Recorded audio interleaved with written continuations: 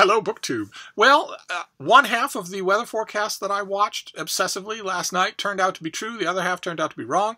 The half that predicted that the storm last night would be a non-event in Boston, that half was completely correct. By dawn, the precipitation was entirely over. And by 10 or 11, the day was warmer than seasonal, with gushing rivers of snowmelt everywhere.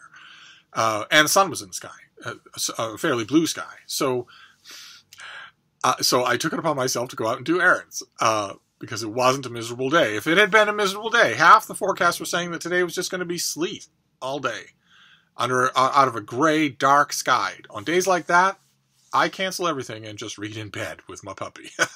But since it wasn't, I did some errands, and of course, because I was doing errands, I ended up at the Brattle bookshop. Those of you who are new, I'm noticing there are quite a few new people as we get closer and closer to 6,000 subscribers. We're just a whisker away from 6,000 subscribers. 6,000! That's an ungodly number. Anyway, those who are new and might not have heard me talk about it before, the Brattle Bookshop is a used bookstore here in Boston. They have 3 floors of just an endless stacked variety of books on every subject under the sun. First 2 floors are an ordinary used bookstore. $2, $3, $4, $6, $10 a book, paperbacks, hardcovers, and all sorts of organized subjects. The 3rd floor is more collectible items, starting around $20 and going up to 20 million gazillion dollars for all the rare and gifty type things that are up there. The collectible items that I don't care anything about. And that, like I've mentioned before on this channel many times, that would make the Brattle a great used bookstore anyway, especially since the turnover is enormous.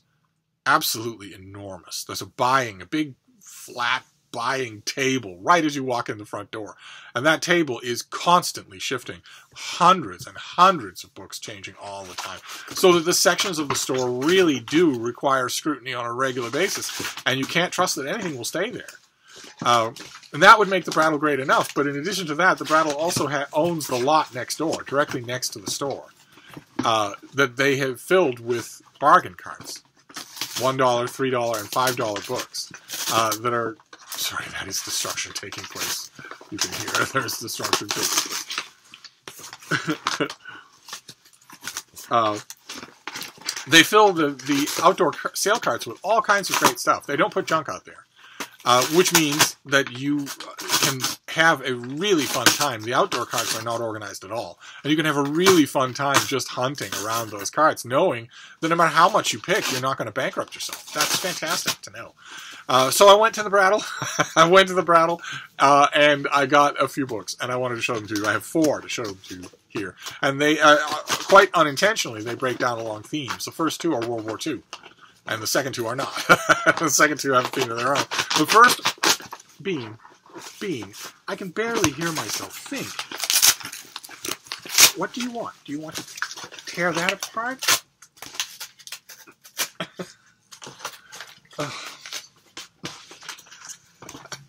The first one is a World War II book.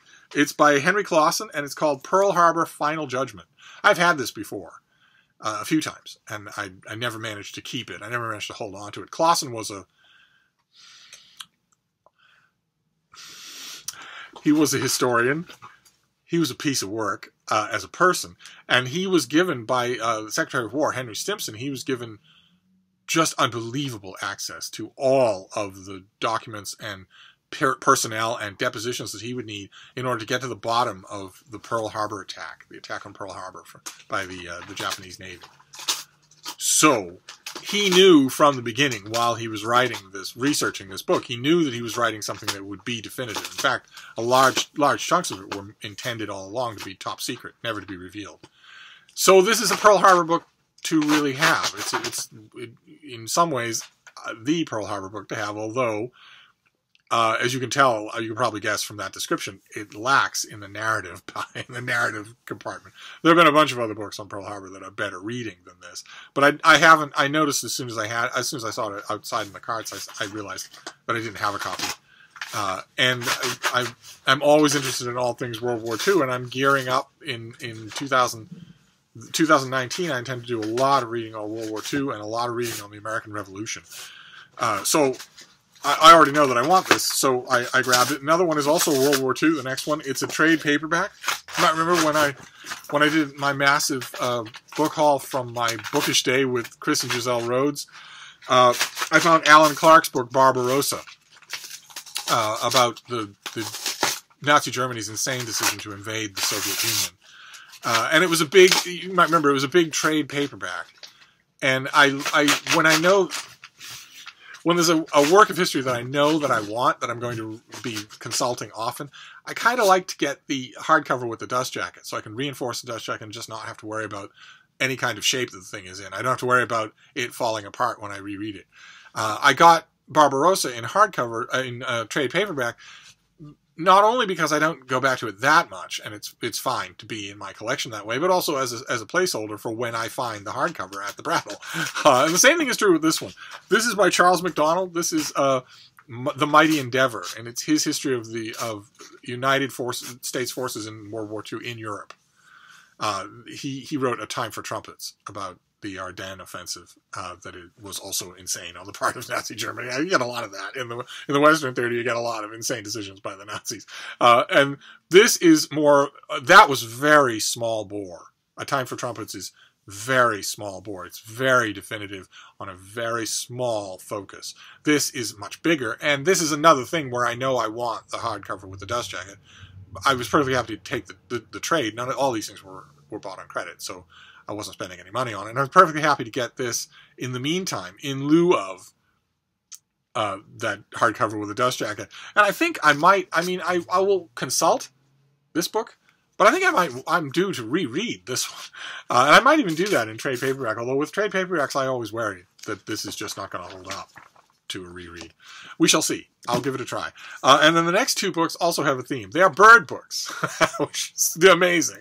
Always amazing. And this first one is something that I've recommended on this channel a million times. And I've only ever had admittedly pretty little mass market paperback of it. I haven't had the hardcover of it with a dust jacket in forever, in probably 30 years. And I found one. And it's this. It's That Quail, Robert, by Margaret Stanger, who was a very good egg. She was a wonderful, wonderful person.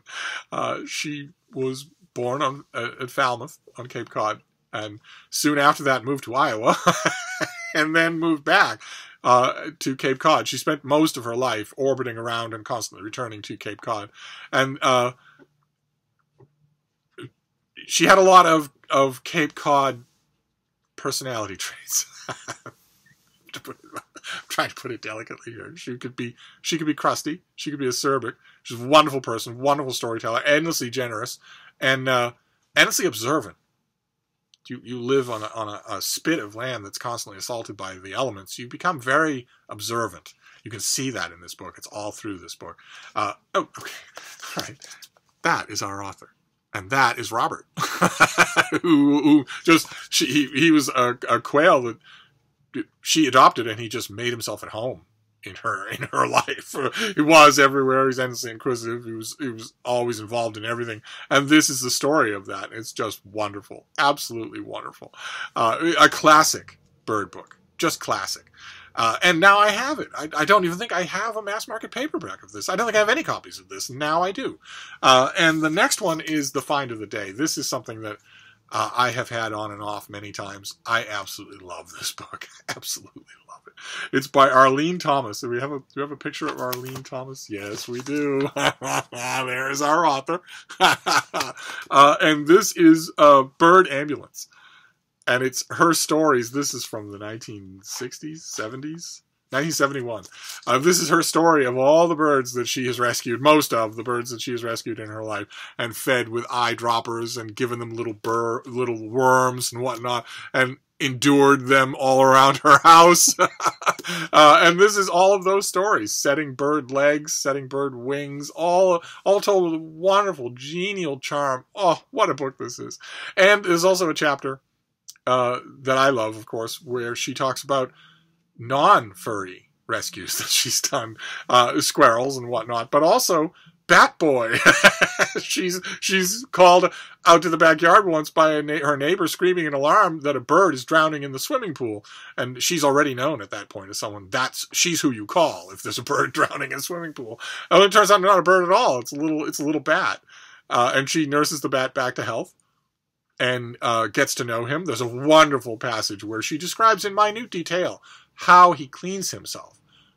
Says he's a very lazy fellow, and that he starts off every day, hanging upside down, of course, by cleaning himself thoroughly from head to toe, using his thumbs and his tongue and being very meticulous about it all. And she mentions, I think, if I remember correctly, I haven't read this in probably 20 years, but I remember correctly, she mentions that that invariably when he finishes with this long cleaning process, he probably goes right back to sleep. And when he's finally ready, when he's finally old enough and ready, he decides to leave. And as she mentions, that she never saw him again, but she had the distinct impression that there were far fewer mosquitoes in her yard that summer. And that kind of charming note runs all throughout this book. I'm so sorry that I think I'd be willing to bet that all 4 of these are out of print. Maybe that Quail Robert might still be in print, but this one certainly is out of print. Will never come back. As you can see, I'm going to need to fix it up a little. I'm going to have to fix up a few of these. But I'm sorry that this is out of print, but if you ever see this at a yard sale or a used bookstore and you're at all in the mood, oh, this is just so good.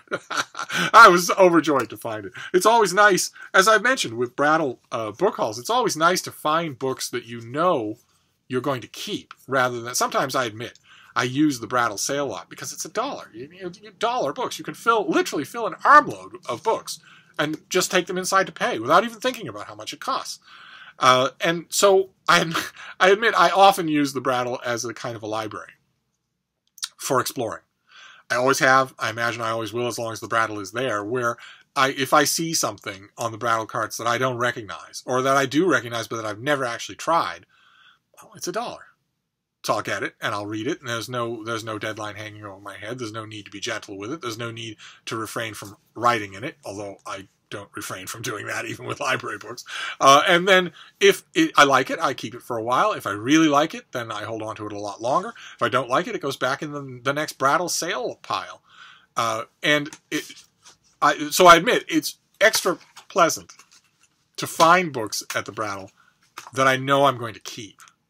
This room is mostly full of those books, and this is one of them. Bird Ambulance is one of them, and so of course is that Quail Robert. That Quail Robert is an absolute classic of nature writing, especially that odd subset of nature writing in which humans adopt a wild animal, whether it be an owl or a quail or Arnie the Darling Starling or a sea otter in the case of A Ring of Bright Water or anything else, even Born Free, where the adopted animal is a lion. So even so, in all of those cases, there was one about a family that had adopted a buffalo, an American buffalo, and had him in the house. In that little subset of books, that Quail Robert is an acknowledged classic. I'm just thrilled to find it in a hardcover like that. And then 2 World War II books, The Mighty Endeavor, by Charles MacDonald, who wrote an absolute classic. A Time for Trumpets is an absolute classic of World War II history. This, maybe not so much, although I haven't read it in so long that probably I need to revise my estimation one way or another. I might read this straight through instead of just consulting chapters, even though it's a trade paperback and it might fall apart on me. And also Pearl Harbor Final Judgment by Colonel Clausen, who he's not the liveliest writer in the world, but this is the final word on what happened at Pearl Harbor and who knew what and when they knew it. So kind of necessary to have, especially to check the new books, new popular and narrative histories that come out of Pearl Harbor. You have to check them against something.